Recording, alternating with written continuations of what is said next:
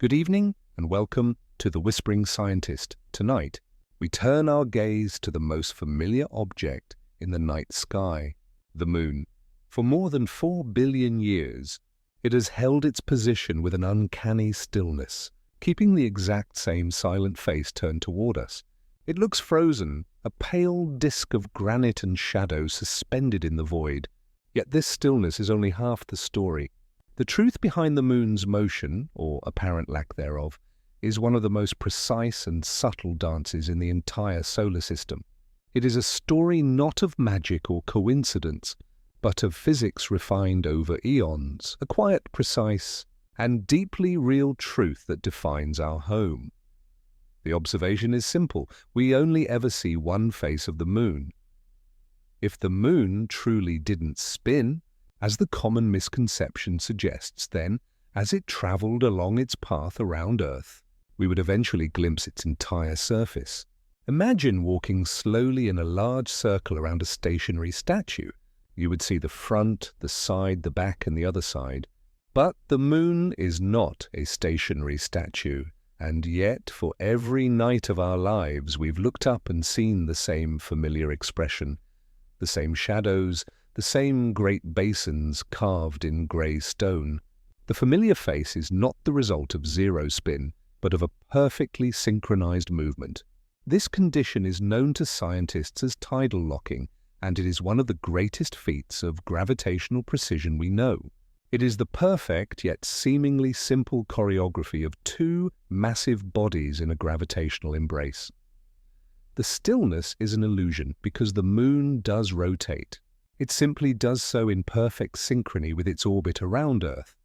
According to precise data from NASA's Lunar Reconnaissance Orbiter, the Moon completes one rotation on its own axis in exactly the same amount of time it takes to complete one orbit around our planet, a period of approximately 27.3 days. This means that as the Moon travels along its path, it turns just enough to keep one hemisphere constantly fixed in our direction. Think of it like a dancer forever facing her partner while circling the ballroom. She is rotating on her heel, but her eyes never leave yours. This precise matching of rotational speed, or angular velocity, with orbital speed, or orbital velocity, is not a happy accident. It's physics shaped by time, friction, and the relentless pull of gravity over billions of years. This state, which scientists term synchronous rotation, is a delicate and persistent balance.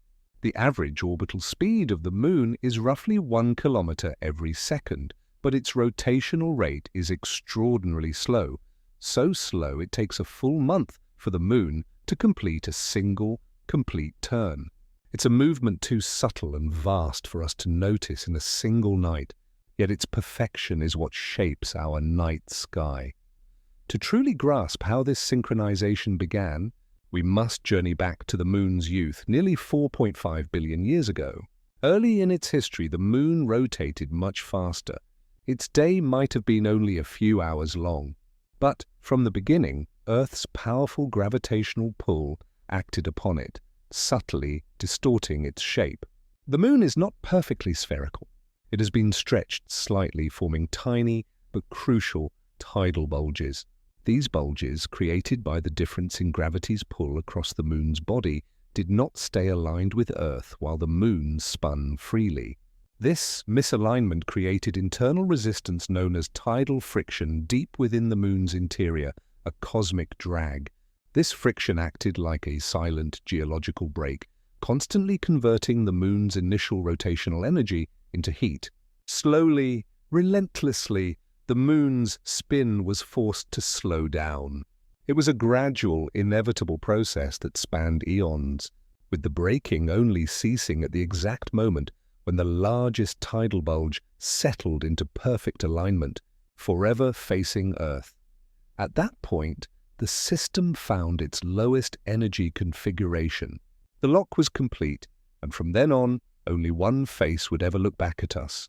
This balance is written not just in the equations of motion, but in the very rock of the Moon itself, a quiet, stable record of ancient gravitational stress and internal deformation that has maintained the alignment with incredible near-millimeter accuracy for billions of years.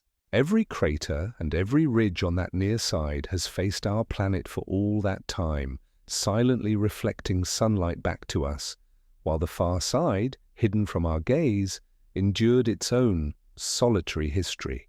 The mystery we observe tonight is, in truth, the most elegant movement of all, a stillness born from billions of years of perfect gravitational negotiation.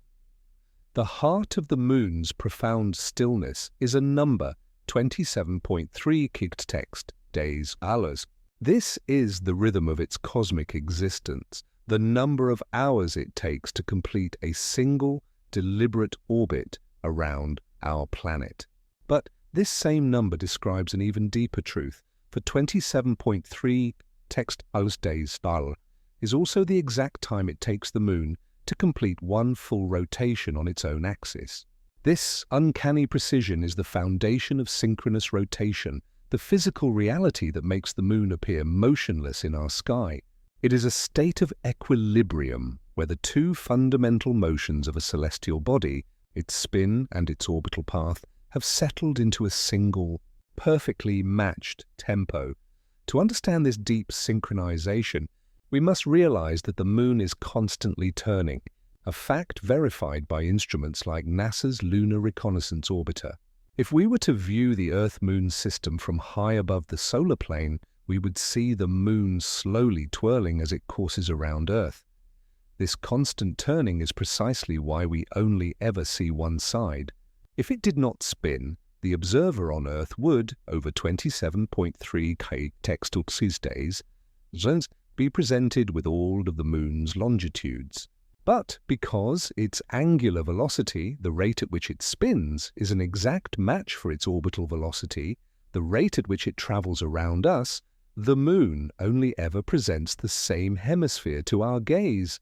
The mesmerizing result is the visual illusion of a body that never moves, a dancer perpetually facing her partner, her rotation perfectly compensating for her journey. We can test the vastness of this synchronization mathematically. The moon maintains an average orbital speed of roughly 1 kilometer every second, covering immense distances in the vacuum of space. Yet, its spin rate is almost unbelievably slow, equating to approximately 0.37 circa per hour. This is an extraordinarily gentle turn, so sluggish that it requires a full month for the moon to complete just one rotation. It is this slowness, this deep restraint in motion, that makes the alignment possible. It is a system fine-tuned by gravity itself, where the total angular momentum is balanced so precisely that any attempt by the moon to speed up or slow down its rotation would instantly be corrected by the invisible, restoring torque of Earth's pull. The balance holds with a geological firmness, cementing one side of the moon as the near side, the familiar canvas of our nightly myths, and the other as the far side, a world of perpetual mystery. Yet, even in this state of perfect lock, there is a gentle movement, a subtle reminder that even in stillness there is motion. This subtle oscillation is known as libration. To the naked eye, the moon appears static, but precise telescopic observation reveals small, rhythmic changes at its edges over time. This gentle rocking or nodding is caused primarily by two factors. Firstly, the moon's orbit is not a perfect circle. It is an ellipse. When the moon is closer to Earth at perigee, it speeds up slightly in its orbit, but its rotation speed remains nearly constant. This mismatch allows us to peek slightly around one of its edges, revealing a sliver of normally hidden territory. When the moon slows down at apogee, its rotation briefly overtakes its orbit, allowing us to see around the opposite edge. This is known as libration in longitude. Secondly, the moon's axis is tilted slightly relative to its orbital plane, much like Earth's tilt gives us our seasons. As the moon travels around us, this tilt causes us to alternately see slightly over its north pole and slightly under its south pole. This libration in latitude exposes yet another portion of the lunar surface. By combining these small movements, the longitudinal sway from the elliptical orbit, the latitudinal nod from the axial tilt, and a final small oscillation caused by our own changing vantage point on a rotating Earth, we can actually glimpse about 15% of the Moon's total surface from our planet, even though it is tidally locked. This slight imperfection is the system's way of breathing, an expression of the complex geometry governing its motion, confirming that the Moon's stillness is not frozen rigidity, but a dynamic, self-adjusting equilibrium. The Earth-Moon system is not unique in this fate. Across the solar system, countless other moons are similarly locked. Jupiter's volcanic Io, Saturn's vast Titan, and Pluto's close companion, Charon, all share this cosmic fate, perpetually showing one face to their parent world. This confirms that tidal locking is the inevitable long-term consequence of gravity acting on a rotating body. But the Earth's moon is remarkable due to its size relative to Earth, a mass ratio that is unusually high. This unique proportion made the gravitational interaction immensely powerful, allowing the energy exchange necessary for synchronization to occur far more efficiently than in other systems. The moon's rhythm is not merely shared, it is perfected, demonstrating a balance so precise that its angular momentum and orbital path have been in faultless harmony for billions of years, creating one of the most stable relationships in planetary mechanics. This quiet, mesmerizing movement, the 27.3 textawatt-day rhythm, is the key to the moon's apparent immobility and the first layer of a profound story written by gravity. The 27.3 16th-day rhythm we observe tonight is not the moon's original pace. To find the true reason behind the synchronous lock, we must trace the history of motion itself and understand the action of the cosmic break, the unrelenting gravitational force that drained the moon's ancient, faster spin. Early in its life, after its violent formation approximately 4.5 billion years ago, the moon spun rapidly, completing a full rotation perhaps in just a few hours. That was a time of dynamic, untamed motion, but the nearby presence of Earth, vast and molten, ensured that this high-speed spin could not last. Earth's gravity did not just tug on the moon, it stretched it, setting into motion a sequence of physical events that slowed its rotation with the precision of a geological clock. The process hinges on a phenomenon known as tidal deformation. As the massive Earth exerted its gravitational pull, it did not pull equally on every part of the moon. Gravity's force weakens with the square of the distance, meaning the side of the moon facing Earth experienced a stronger pull than the center, and the center experienced a stronger pull than the far side. This differential force stretched the moon, creating two distinct tidal bulges, one facing Earth and one on the opposite side. If the moon had remained perfectly frozen in its orbit, these bulges would have simply aligned with Earth and stayed there. But because the early moon was spinning much faster than it was orbiting, these bulges were constantly being dragged ahead of the direct line of gravitational attraction. This slight misalignment was the key to the braking mechanism. The massive bulges, slightly offset from the direct line of pull, were continuously dragged back toward alignment by Earth's gravity. This persistent backward tug created a torque, a twisting force that acted against the direction of the moon's rotation. This torque wasn't a sudden stop, but a ceaseless internal resistance known as tidal friction. Within the moon's semi-molten mantle and crust, this friction converted the rotational kinetic energy of the moon into heat, a massive, slow drain on its spin. According to data from NASA's Lunar and Planetary Institute, this process acted over hundreds of millions of years like a tireless internal brake, heating the moon's interior and gradually slowing its rotation rate. The faster the moon spun, the greater the misalignment of the bulges, and the stronger the braking torque became. This transfer of energy is dictated by the fundamental law of angular momentum conservation. The total angular momentum of the Earth-Moon system must remain constant. As friction inside the Moon dissipated its rotational energy, that energy didn't simply vanish. It was transferred into the Moon's orbital motion.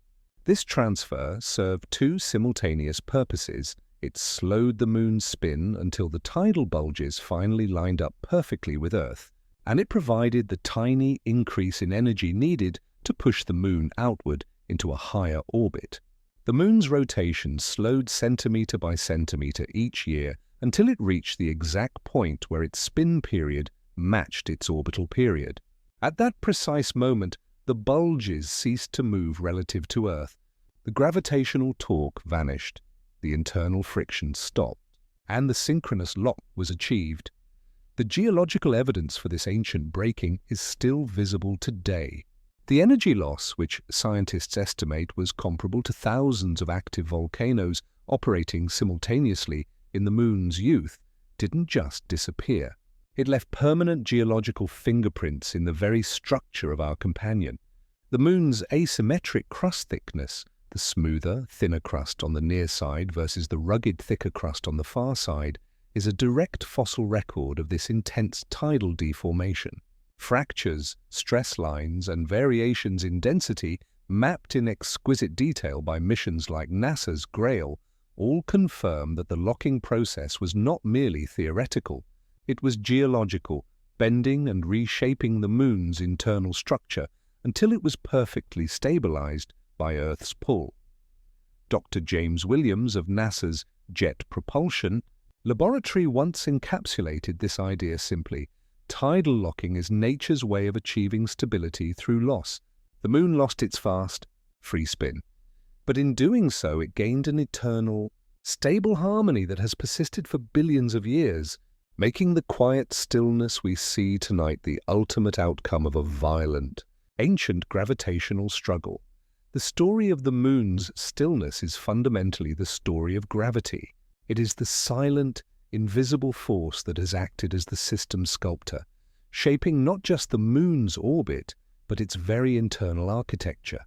Relentless and ancient, gravity is the master mechanic that over 4.5 Textor's billion years bent the Moon to its will, holding it in an embrace so perfect that it appears fixed in the sky. To truly appreciate the final tranquil outcome of tidal locking, we must look into the physical laws that govern this cosmic choreography, Newton's law of gravitation and the conservation of angular momentum. Newton taught us that the force between any two masses, such as Earth and the Moon, is defined by their size and the square of the distance between them. The simple formula, Fg frac m1 m2 r2 contains the story of an energy exchange spanning cosmic time. Early in the Moon's life, when it was still spinning rapidly, Earth's gravity did more than just pull it. It imposed a differential stress, stretching the Moon into an oblong shape. This stretching created those critical tidal bulges. Because the Moon's rotation outpaced its orbit, these bulges lagged slightly behind the direct line of Earth's pull. This lag meant that Earth's gravity constantly exerted a torque, a twisting force, on the bulges, attempting to pull them back into perfect alignment. This constant, slow correction is the core of the invisible force that locked the Moon. Inside the Moon, this force created immense tidal friction. This friction, which we discussed as the cosmic break, worked to dissipate the Moon's rotational energy, converting it into heat, particularly within the deep, semi-molten layers of its mantle. Scientists today simulate this process using tidal dissipation models, which quantify how the internal friction converts energy. The Moon's rate of energy loss during its early, violent history was immense, likely tens of gigawatts, a power transfer equivalent to thousands of active volcanoes. But this energy was not truly lost. According to the conservation of angular momentum, it was simply redistributed. As the Moon's rotation slowed, the energy was transferred into its orbit, causing the Moon to gradually spiral outward from Earth. This outward drift is the tangible, ongoing result of that ancient gravitational work.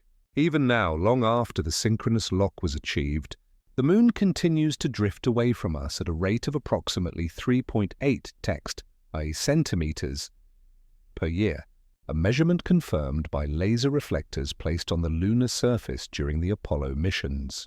Every centimeter of increased distance and every millisecond the Earth's day lengthens is a direct measure of the energy still being exchanged between the two bodies, the silent continuation of the same process that locked the Moon billions of years ago.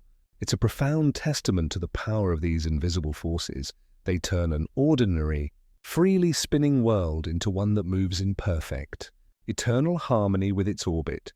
The lock is further stabilized by the Moon's own asymmetry. The Moon's center of mass is not perfectly centered. It is slightly offset, about 1.2 hecatextiles, 2 diatextoids in kilometers, closer to Earth than its geometric center. This subtle shift in mass distribution acts like a weight on a pendulum, ensuring that the heavy, near side is always preferentially pulled toward Earth. This asymmetry is not a coincidence. It is a permanent modification to the Moon's structure, sculpted by billions of years of gravitational stress. It helps the gravitational grip remain stable, ensuring that even small oscillations or internal vibrations do not break the lock. The balance holds with millimeter accuracy, maintained by the Moon's physical deformation. Modern scientific missions, particularly NASA's GRAIL, Gravity Recovery, and Interior Laboratory, have given us a window into this gravitational history. By mapping the Moon's gravitational field in exquisite detail, GRAIL revealed variations in density and thickness consistent with models of ancient tidal heating and long-term crustal deformation. The data confirmed that ancient magma once moved in patterns dictated by gravitational flexing, providing geological proof that the tidal locking process was as much geological as it was mechanical. As Dr. Maria Zuber, principal investigator for GRAIL, once stated, "The Moon's gravity field tells the story of a world shaped more by Earth than by itself."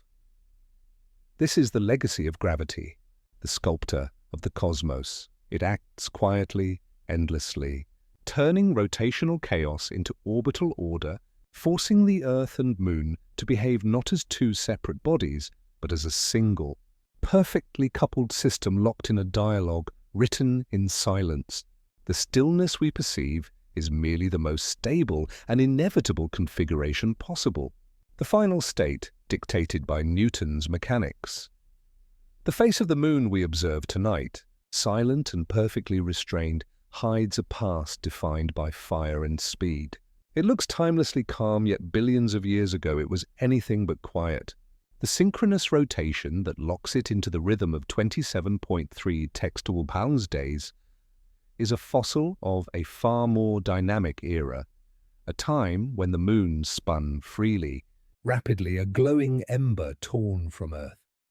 That freedom was intense, its day lasting not weeks but merely a few short hours. This journey into its past reveals the sheer power of the forces required to tame a world once spinning out of control. To understand that motion, we must return to the moment of creation itself. The prevailing theory, the giant impact hypothesis, suggests the Moon formed from the debris ejected after a Mars-sized protoplanet named Theia collided with the early Earth. This cataclysmic event imparted an enormous amount of angular momentum to the nascent Earth-Moon system. NASA's simulations confirm that in its earlier stages, the newborn Moon was spinning rapidly, possibly completing one full rotation in less than 10 hours. Its surface was still molten from the heat of formation, constantly flexing and deforming under the gravitational presence of its giant parent planet, which hung massive and dominant in its close young sky. This rapid, untamed motion was the source of its inevitable slowdown. With its day lasting mere hours, the Moon's surface was moving at hundreds of meters per second relative to its center. This high velocity meant that the Moon's internal tidal bulges, the deformations caused by Earth's uneven gravitational pull, were violently dragged out of alignment. With every rotation, the Moon's internal material flexed and shifted, generating immense heat through mechanical stress. This internal resistance, the tidal friction, was aggressive and potent in those early years. According to data analyzed by the Lunar and Planetary Science Institute, the early tidal interactions between Earth and Moon released an astonishing amount of energy, estimated at up to 10 to 19 textajoules. This colossal release, equivalent to powering modern civilization for millions of years, did not vanish.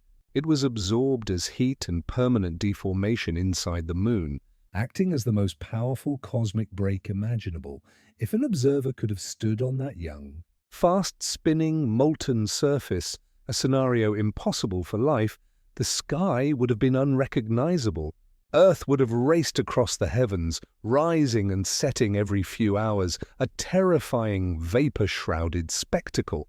The tidal forces between the two bodies would have been colossal, enough to continuously crack and reform the Moon's young crust. But as this fiery energy faded and the Moon's mantle began to cool and solidify, the friction continued its work. The Moon was forced to exchange its fierce rotational energy for orbital distance and stability, an inevitable trade-off demanded by the law of angular momentum. Scientists believe that within about 100 million years after its formation, the Moon's rotation had slowed enough to be near synchronization with its orbit. The side constantly pulled toward Earth was set, while the other began its long turn into permanent separation from our gaze. The transition from a rapidly spinning sphere to a tidally locked satellite is permanently etched into the Moon's geography. NASA's SMART 1 mission and subsequent high-resolution mapping confirmed the crucial differences between the hemispheres that date back to this breaking process.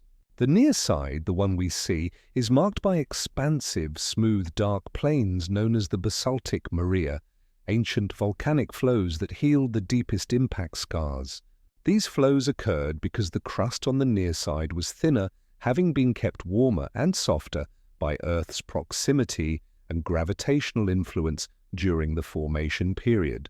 The far side, by contrast, is rugged, thick, and heavily cratered, a geological museum where every ancient impact remains visible because the thicker crust prevented large-scale lava flows from resurfacing it. This asymmetry is not random. It is the physical fossil of freedom, a memory of how the Moon was slowed unevenly under the gravitational pull. Further confirming this history are the seismic records. Data from the Apollo passive seismic experiments and the Grail mission revealed fossilized stress lines and density variations deep in the crust. These features correspond directly to the intense tidal flexing that occurred when the Moon was spinning rapidly and cooling. They are physical scars left by the breaking process, geological proof that the Moon once moved far faster than it does today. The stillness we now witness is therefore not the absence of movement, but the result of two opposing energies, inertia and gravity, finally reaching a perfect and enduring balance. The once dynamic world evolved into the serene, yet perfectly constrained companion that defines our nights. Its current gentle rotation is the long, faint echo of the immense violence that gave it birth, a profound example of how cosmic chaos can, through the slow work of gravity, resolve into the most elegant order. The Moon carries within it the record of that struggle, a survivor of motion now held in perfect restraint. For thousands of years, the human eye was captive to a profound illusion, the belief that the Moon was a symmetrical object, its face unchanging, divided only by the line of shadow. Yet, the moment we broke the visual barrier and glimpsed the Moon's far side, the hemisphere permanently turned away from Earth, that illusion was shattered. The hidden face of the Moon is not merely the opposite side, it is a world fundamentally different from the familiar near side, marked by distinct geological, chemical, and historical scars that testify to the immense gravitational struggle that locked its spin. The asymmetry between the near and far sides is the physical expression of tidal locking. The most striking difference is the distribution of the Maria, the great, smooth, dark patches visible from Earth. On the near side, these vast basaltic plains, the seas of ancient astronomy, dominate the landscape, covering about 31% of the hemisphere. They are the remnants of ancient volcanic floods, where lava erupted from the Moon's interior and filled massive impact basins between 3.0 T-text and the 3.5 text billion years ago. But on the far side, the Maria are almost entirely absent, covering less than 1% of the surface. That hidden face is instead dominated by rugged highlands, thick crust, and a relentless density of impact craters, giving it a much older, more primitive appearance. This dramatic contrast is a direct consequence of the early gravitational interaction with Earth. Data from NASA's Lunar Reconnaissance Orbitée (LRO) and Grail mission confirmed the geological reality. The Moon's crust on the far side is, on average, significantly thicker, up to 9 miles, 15 Text-Weichspieler thicker, than the crust facing Earth. This thicker crust acted as an impenetrable barrier. When large meteorites struck the far side during the period of heavy bombardment, the crust was too robust and cold to fracture deeply enough for the magma from the Moon's mantle to reach the surface. Thus, those ancient impact basins remained unfilled, preserving every crater in sharp, stark relief. On the near side, however, the thinner crust allowed magma to flow readily, resurfacing the massive basins with dark, smooth basalt, effectively healing the scars and creating the familiar smooth features we see. The reason for this crustal asymmetry is rooted in the Moon's violent birth and subsequent tidal evolution. Scientists theorize that Earth's close, massive presence during the Moon's formation likely influenced its cooling and solidification. Earth's proximity may have kept the near side warmer for longer, perhaps concentrating radioactive, heat-producing elements like thorium and uranium within that hemisphere. This internal warmth on the near side led to a thinner, less rigid crust, while the far side cooled faster and solidified into a thicker, more rigid shell. This thermal and structural imbalance became a permanent feature, locked in place by the same tidal forces that synchronized the Moon's rotation. This geological difference also extends to the chemical composition. Missions like Clementine and SMART 1 have confirmed that the near side is richer in iron and titanium, elements typically found in the ancient Mare basalt, while the far side is dominated by lighter elements. Essentially, Earth's gravity did not just tug the Moon's spin. It subtly warped its internal structure and chemistry, favoring one side over the other and reinforcing the stabilization of the tidal lock. The Moon's shape is, as one scientist noted, a memory of its motion, and that memory is measurable. Furthermore, the far side bears a heavier cratering record. While the Moon was tidally locking, the near side benefited from a slight shielding effect from Earth's gravity, which tends to sweep up or deflect some incoming meteoroids. The far side, constantly exposed to deep space, received the full, uninterrupted force of celestial impacts, preserving a record of collisions that stretches back to the earliest days of the solar system. The largest and most ancient of these scars is the massive South Pole Aitken Basin, one of the biggest known impact structures in the entire solar system. Its vastness and depth are a testament to the brutal, unprotected history of the far side. When Luna 3 first transmitted its grainy images in 1959, the discovery of this dual nature of the Moon, a smooth, familiar face and a rugged, alien face, was a scientific revelation. It confirmed that the Moon is not a uniform satellite, but a world fundamentally divided by the invisible hand of gravity. The Moon's stillness, therefore, is not the stillness of a smooth marble, but the hard-won balance of a body that was permanently warped and sculpted to maintain its lock. The familiar face is calm and bright, a companion to human myths. The hidden face is raw, unprotected, and ancient, a geological time capsule. Both are parts of the same body, yet each tells a different chapter of the same 4.5 text-wild billion years story, with the dramatic scars of the far side proving that even in perfect balance, the history of violence remains written in stone. For all of recorded human history, the far side of the moon remained a matter of speculation and myth. For thousands of years, every civilization, every astronomer, and every dreamer gazed upon the same familiar face, leading to the collective assumption that the unseen hemisphere must be a mirror image of the one we knew, perhaps even more tranquil. It wasn't until October 1959 that the veil was finally lifted, not by the power of a telescope, but by the determined lens of a Soviet spacecraft named Luna 3. This pioneering probe executed a brilliant orbital maneuver, swinging around the moon's backside and, for the first time in human history, capturing photographic evidence of the hidden hemisphere. Luna 3's payload included a camera system capable of taking 29 photographs of the unseen world. These grainy, black-and-white images, transmitted across hundreds of thousands of kilometers back to Earth, revealed a landscape so startlingly different that they immediately reshaped our understanding of the moon. The photographs showed a surface relentlessly dominated by impact craters, rugged mountains, and ancient highland terrain, lacking the vast, smooth, dark plains that define the familiar near side.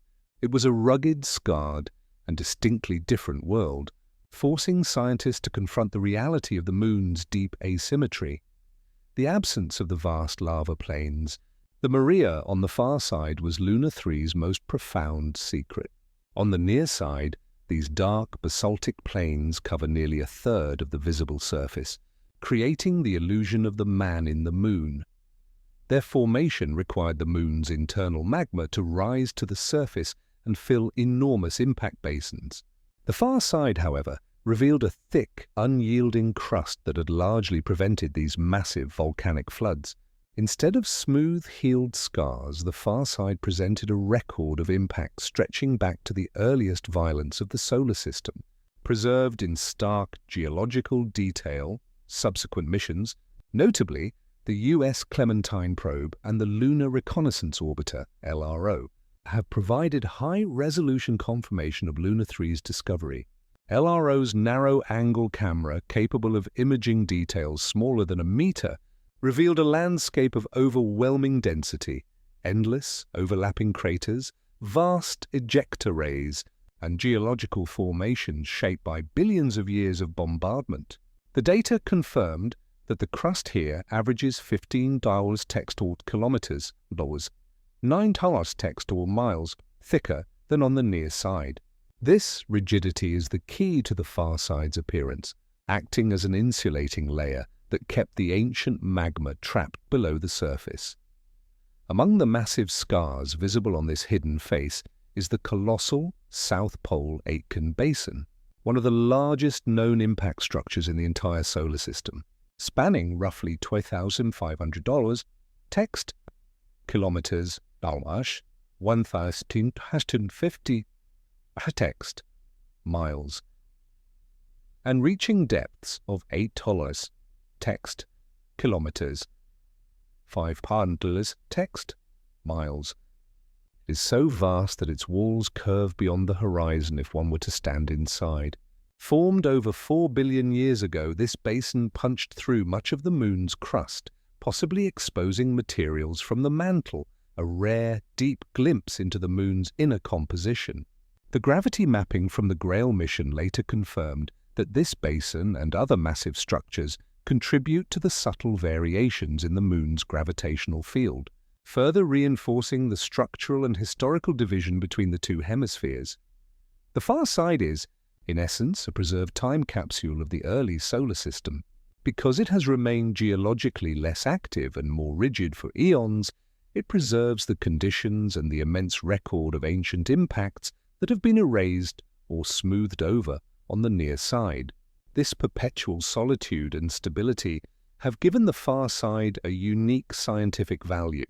As it always faces away from Earth, it is shielded from our planet's intense radio interference and noise, making it one of the quietest places in the solar system for radio astronomy. Both NASA and the European Space Agency, ESA, have recognized this, proposing future missions to place radio telescopes on its surface to listen for the faint, uncorrupted signals from the early universe, potentially observing the earliest stars that formed after the Big Bang.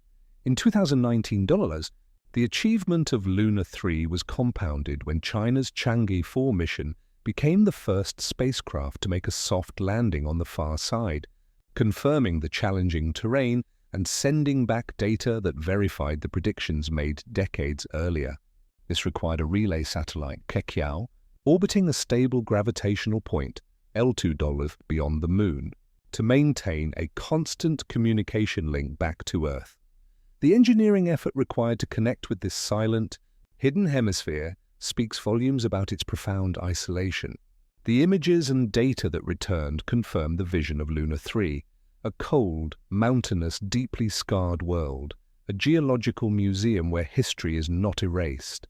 The far side is not perpetually dark, but it is permanently unseen, a world shaped by the same tidal forces that locked its spin, yet bearing the raw, unhealed marks of its turbulent past. Its difference is the secret truth of the Moon's history. The perfect stillness of the tidally locked Moon is not a sign of rest, but of a process still actively in motion.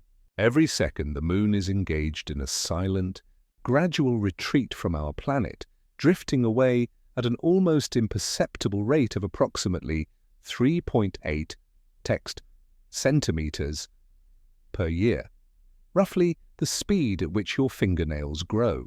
This measured escape is not a sign that the Moon is breaking free, but rather the quiet, ongoing signature of the very gravitational forces that locked its spin in the first place. This slow drift is one of the most profound and delicate observations in celestial mechanics, a direct result of the persistent influence of tidal friction on Earth's oceans. This phenomenon was first measured precisely in the years following the Apollo missions, when astronauts placed laser-ranging retroreflectors on the lunar surface between 1969 and 1971. Scientists began firing powerful laser pulses from Earth and timing the return of the reflected light. This measurement, now refined to millimeter accuracy by observatories like the Apache Point Observatory Lunar Laser Ranging Operation, Apollo, confirmed the prediction of orbital mechanics. The distance between Earth and its companion is steadily increasing. This steady retreat is the price of stability, a continuous transfer of energy across the gulf of space. To understand this transfer, we must look at Earth, not the Moon. Even though the Moon's rotation is synchronized, the gravitational coupling hasn't stopped. The Moon's gravity pulls on Earth's oceans, creating two massive tidal bulges, one facing the Moon and one on the opposite side. Because Earth rotates much faster than the Moon orbits, our day is 24 hours. The Moon's orbit is 27.3 days colors. The friction between the ocean water and the seafloor causes those tidal bulges to be dragged slightly ahead of the direct line between the Earth and the Moon. This offset is minuscule but massively powerful. This slightly leading bulge acts like a gravitational handle. The Moon pulls back on this misplaced mass, and in return, the bulge exerts a small but persistent forward pull on the Moon. This forward pull imparts additional orbital energy to the Moon, pushing it into a slightly higher, wider orbit. Meanwhile, this same interaction drags against Earth's faster rotation, acting as a brake on our own planet's spin. This is the conservation trade-off demanded by the laws of angular momentum. What the Moon gains in distance, Earth must lose in rotational speed. The result of this exchange is easily measured. Earth's rotation is gradually slowing down, adding about 1.7 milliseconds to the length of our day every century. This rate may sound trivial, but it is cumulative. Evidence from fossilized tidal records in ancient sedimentary rock confirms that $400 text million years ago, Dolda, a day on Earth lasted only about 21.9 text hours. This consistent lengthening of the day throughout geological time is direct proof that the Moon's slow escape has been steady and continuous since the dawn of life on land. The tidal rhythm that shapes our shores is the visible signature of this ancient, ongoing process. The implications for Earth are profound. The 3.8 text Stackamid annual escape means the Moon's gravitational influence will gradually weaken. The oceans, the very engine of this energy exchange, will feel the difference. The twice-daily ebb and flow of high and low tides will become less pronounced, eventually fading into minor ripples. Without the immense tidal friction, which scientists estimate dissipates about 3.7 or text terawatts hours of power, nearly the global human energy consumption. As heat in the oceans, many of Earth's natural processes would quieten. Ocean circulation would slow, and the climate regulation provided by the movement of heat across the planet would diminish. Is Earth's gravity killing the Moon's spin? Not exactly. The Moon's rotation is already perfectly synchronized with its orbit, so it is no longer slowing down relative to Earth. Instead, the gravitational system continues to refine the overall balance by extracting energy from Earth's faster spin, pushing the Moon farther away, and ensuring that the orbital harmony is maintained. The Moon's escape is not destruction. It is refinement, guiding the Earth-Moon system toward a profound, distant destiny, mutual tidal locking, a future where both worlds stop moving entirely relative to each other, a process dictated entirely by the quiet persistence of gravity. We have established that the Moon is tidally locked, maintaining a perfect fixed face toward Earth. Yet, the Moon is never truly still. Beneath the illusion of frozen immobility, the Moon is constantly engaged in a complex rhythmic motion, a quiet rocking, tilting, and swaying known as libration. This subtle dance is the Moon's way of breathing through space, and it is this gentle oscillation that allows us to see not just half, but approximately 59% of its total surface over the course of its cycle. Furthermore, the precise measurement of this wobble offers scientists an astonishing window into the Moon's deep interior, even revealing the presence of its partially molten core. Libration is not a chaotic movement. It is an oscillation governed by the exact laws of orbital mechanics, first described centuries ago by Johannes Kepler and Isaac Newton. It is composed of three primary motions, each contributing to the Moon's apparent shift in orientation. The most significant is libration in longitude. Since the Moon's orbit around Earth is elliptical, its speed changes. When the Moon is closer to Earth, at perigee, it accelerates in its orbital path, but its rotation rate, locked to the average orbital speed, cannot quite keep pace. This temporary mismatch allows us to pierce slightly around the Moon's eastern edge. Conversely, when the Moon slows down at the farthest point of its orbit, apogee, its rotation briefly overtakes its orbital motion, allowing us to glimpse around its western edge. This slow, side-to-side rocking reveals about 16 circ of additional lunar surface over the 27.3 text day period. The second crucial component is libration in latitude. The Moon's axis is tilted by about 6.7 circumtales relative to its orbital plane around Earth. As it completes its monthly journey, this tilt causes the north and south poles to alternately lean toward and away from us. Over the course of a month, this gentle nodding allows us to see slightly over the Moon's north pole and slightly under its south pole, exposing an additional 6,000 circumtales of hidden territory. The final smallest component, known as diurnal libration, is caused not by the Moon's motion, but by the Earth's rotation. As our planet spins, our perspective changes. An observer viewing the Moon at moonrise sees it from a different angle than at moonset, adding a faint parallax effect that contributes a final degree of visible surface. When these subtle shifts are combined, The illusion of perfect stillness dissolves.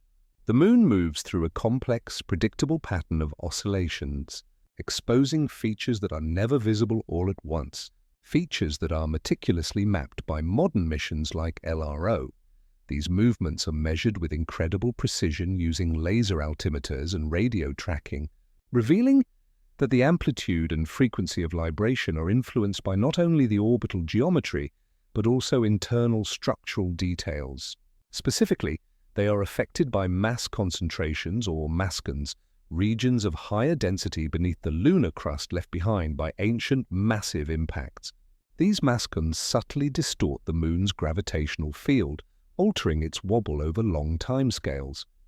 Crucially, the study of libration offers planetary scientists a unique way to probe the moon's core. By tracking minute irregularities in its wobble, movements measured in fractions of a degree, researchers can estimate the size and composition of the deep interior. The data from NASA's Lunar Prospector and Grail missions strongly suggest that the moon possesses a small, partially molten iron core, roughly 532 text kilometers, 330 text miles in radius, surrounded by a liquid outer layer. If the moon were entirely solid, its wobble would be simple and rigid. But the fact that its physical libration changes subtly, especially as this fluid core interacts with the solid mantle above it, confirms that the moon's movement extends all the way to its heart. The tiny internal slosh of the liquid core acts like a dynamic gyroscope, influencing the moon's overall orientation. In essence, the moon's libration acts as a natural seismograph, transmitting information about its unseen interior. Each tiny motion, each minute shift in its apparent orientation provides valuable information about the viscosity, density, and thermal history of its mantle and core. This precision is astonishing. Using techniques like very long baseline interferometry, astronomers can pinpoint the moon's position within a few centimeters, confirming that its libration patterns are stable and consistent with models of gravitational locking. The moon is not frozen. It is pulsing, tilting, and moving softly in ways too slow for the human eye to follow, its dynamic internal structure continuously being revealed by the gentle, measurable whispers of its change. Its stillness is merely an illusion of human timescale, while in reality its every move is a precise demonstration of physics in flawless, dynamic equilibrium. It shouldn't have been this perfect. In a solar system filled with planetary migrations, catastrophic impacts, and chaotic orbital paths, the Earth and its moon found themselves locked in a gravitational rhythm so flawless it defies simple chance. The synchronization, one orbit, one rotation, one face perpetually turned toward us, is often cited as an example of cosmic coincidence. Yet the deeper we probe the mechanics, the more this balance appears not as a random fluke, but as the inevitable conclusion of physics acting upon an improbable initial condition. The story of the lock is the story of chaos resolving into the most stable form of harmony possible. To gauge the improbability, we must first recognize the moon's unique status. Of the nearly 300 known moons orbiting planets in our solar system, many are tidally locked, proving that the mechanism is universal. Jupiter's satellites, Saturn's Titan, and Pluto's Charon all share this fate. But what sets our moon apart is its size. Earth's moon is enormous relative to its parent planet, about 27% of Earth's diameter and 1.2% of its mass. This ratio is unusually high among planetary satellite systems, effectively making the Earth-Moon system less a planet and its satellite and more of a gravitationally coupled binary, or a double planet. This proportional uniqueness is the key to the lock's perfection. The massive scale of the moon meant that its gravitational influence on Earth was, and remains, immensely strong. This strength allowed the two bodies to exchange angular momentum, the energy of rotation, with extraordinary efficiency. The larger the moon, the larger and more effective the tidal bulges, and thus the greater the torque that drove the synchronization. This relationship caused the tidal friction to act powerfully and swiftly in the early solar system, bringing the Moon to synchronous rotation far quicker than a smaller, more distant moon could have achieved. As scientists often note, the Earth-Moon pair is locked not because the mechanism is special, but because the proportions are unique, allowing the mechanism to work with optimal efficiency. Astrophysicists use statistical simulations to run millions of hypothetical planet-moon systems, plugging in random starting conditions for mass, distance, and spin rates. The results consistently show that only a narrow range of parameters produces a long-term, stable, tidal lock.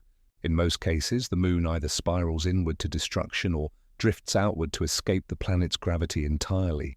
Our Moon, however, falls squarely within the sweet spot, the perfect combination of mass and distance necessary to reach synchronization within a few billion years, not too fast for the Moon's interior to fracture, and not too slow for the process to stall before completion. The alignment of the Moon's initial conditions, mass, and orbital eccentricity created a gravitational resonance so precise it almost seems deliberate. The balance is further stabilized by the principles of minimum energy. Gravity always seeks the configuration that requires the least amount of energy to maintain. The synchronous lock, where the Moon's rotation is perfectly matched to its orbit, represents the lowest energy state for this coupled system. Any attempt by the Moon to rotate slightly out of alignment would instantly create a restoring torque, a powerful gravitational force that pulls it back into alignment. This self-reinforcing mechanism ensures that the lock is incredibly robust and stable, persisting through billions of years of impacts and internal geological change. Data from the Grail mission, which revealed the Moon's structural asymmetry and mass concentrations, confirms this stability is rooted in the physical body of the Moon. The thicker crust on the far side and the offset center of mass toward Earth are permanent, fossilized features that actively work to maintain the alignment. Gravity sculpted the crust, and the crust, in turn, stabilized the gravity field, a profound feedback loop that secures the perfect balance. Therefore, the perfect synchrony we observe is not a product of pure chance, but an example of what happens when chaos has time to resolve through the universal sieve of gravitational mathematics. The initial violent conditions of the Moon's birth, which provided the exact mass and distance, were highly improbable. But once those conditions were set, the perfect, quiet balance we see today became absolutely inevitable. The stillness of the tidally locked Moon is the ultimate proof that the universe trends toward equilibrium, turning randomness into a harmony so enduring that it maintains our tides, stabilizes our climate, and provides the steady rhythm that has allowed life on Earth to flourish. It is a cosmic partnership where two worlds, through physics alone, found the most enduring path forward. The tranquil glow of the tidally locked Moon is the afterglow of a catastrophe. Its present stillness is a direct result of a chaos so profound it nearly ended Earth before complex life could begin.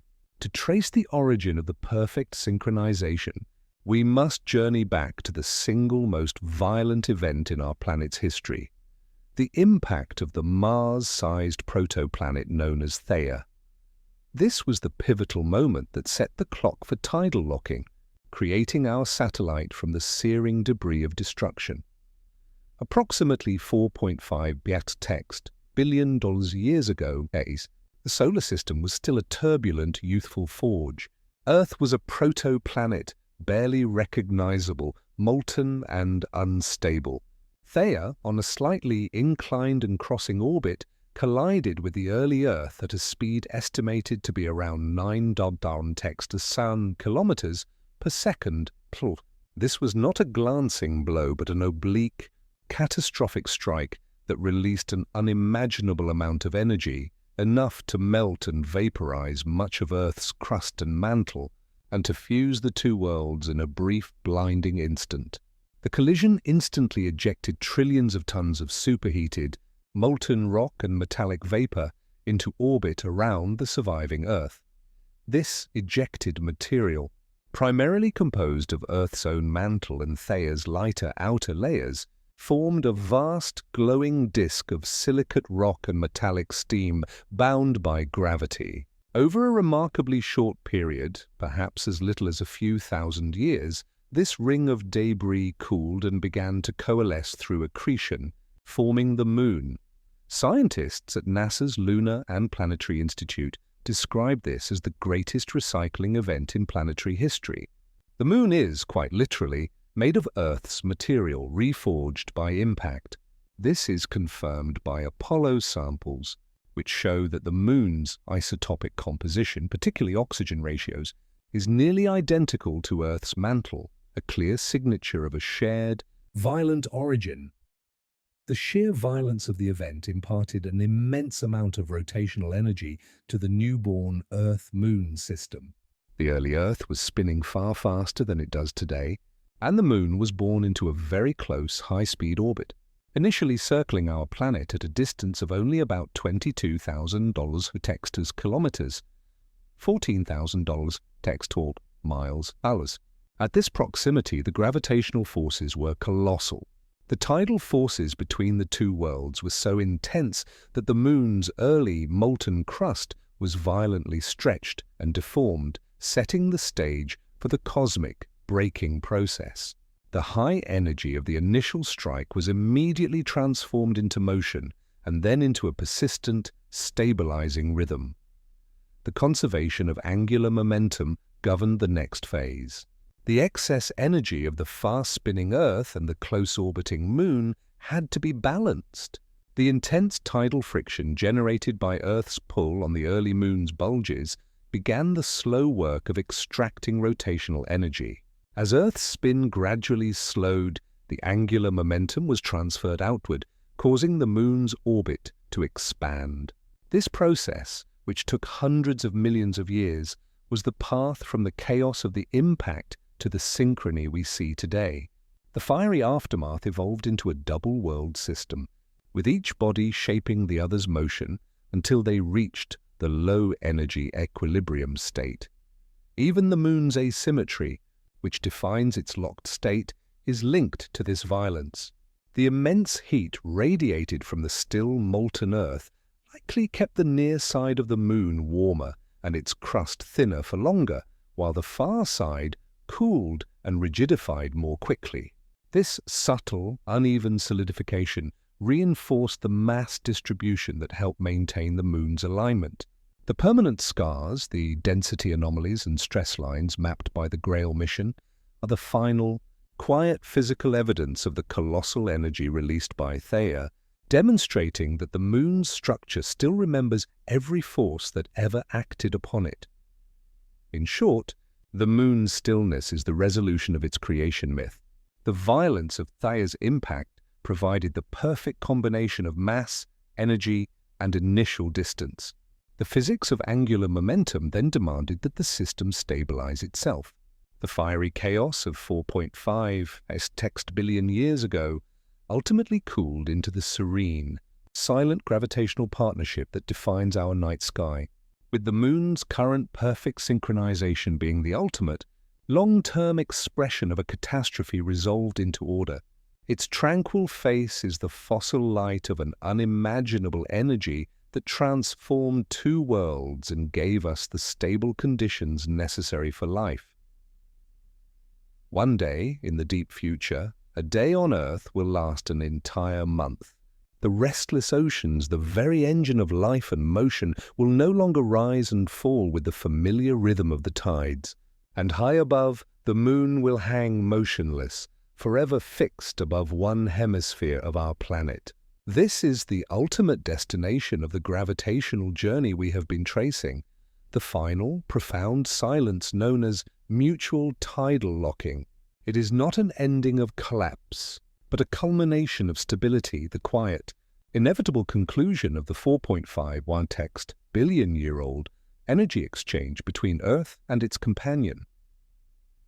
Right now, the Moon is slowly drifting away from us, pushed outward by the energy of the Earth's faster spin at a rate of 3.8 text on centimeters dollars per year.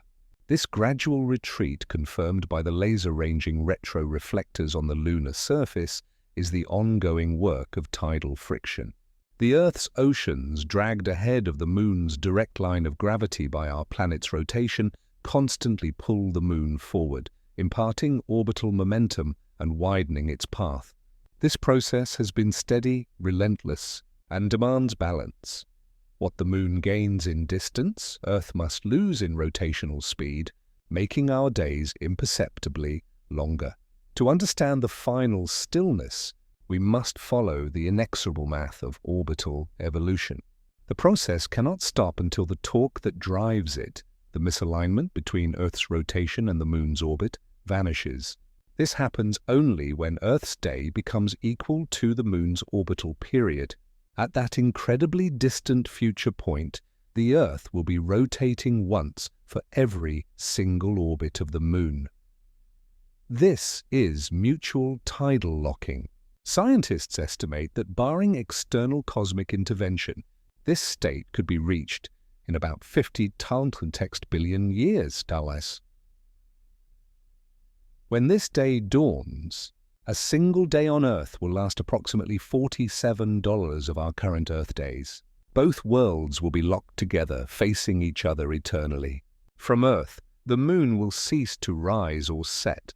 It will simply hover, a stationary companion in the sky for one half of the planet.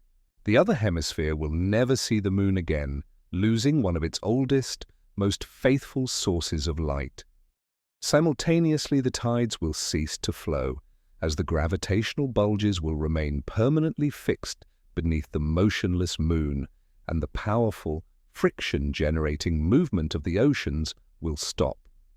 The energy exchange between the two bodies will end, bringing the system to its lowest possible energy state, gravitational rest. This outcome is not unique to the Moon. It is the natural consequence of gravity on any coupled system given enough time. The law of angular momentum conservation demands that this balance be achieved. As the Moon drifts outward, the tidal forces weaken significantly, which in turn slows the rate of drift. The system's evolution is asymptotic, meaning it constantly approaches this state of equilibrium but takes immense time to get there. The Moon will not escape Earth entirely. To do so would require an energy boost far beyond what tidal friction can provide.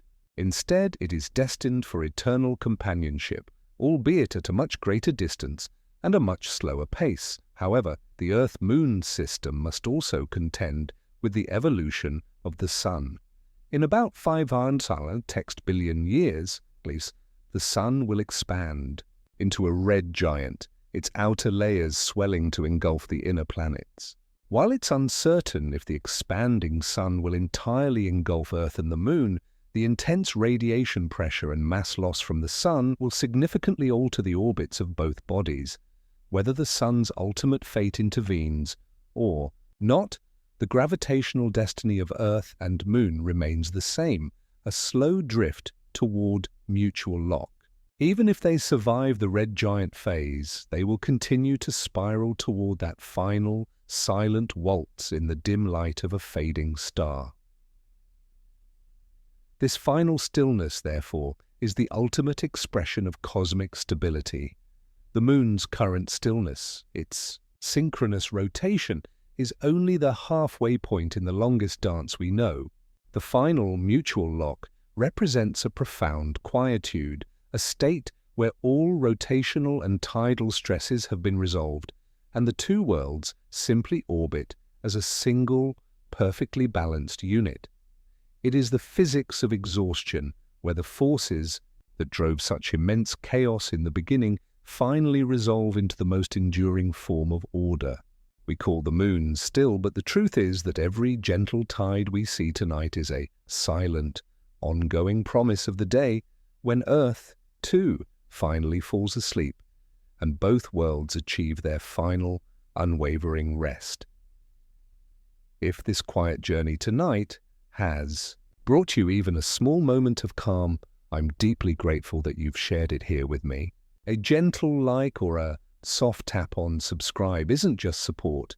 It's what helps me continue crafting these night voyages into science and silence. And if you'd like, I'd love to know where you're listening from. Which corner of this turning world holds your night? Your words, whether short or long, are like tiny lights in this vast universe. And I read everyone with care. Until we meet again under another quiet sky, sleep well and dream gently of the world still spinning above us.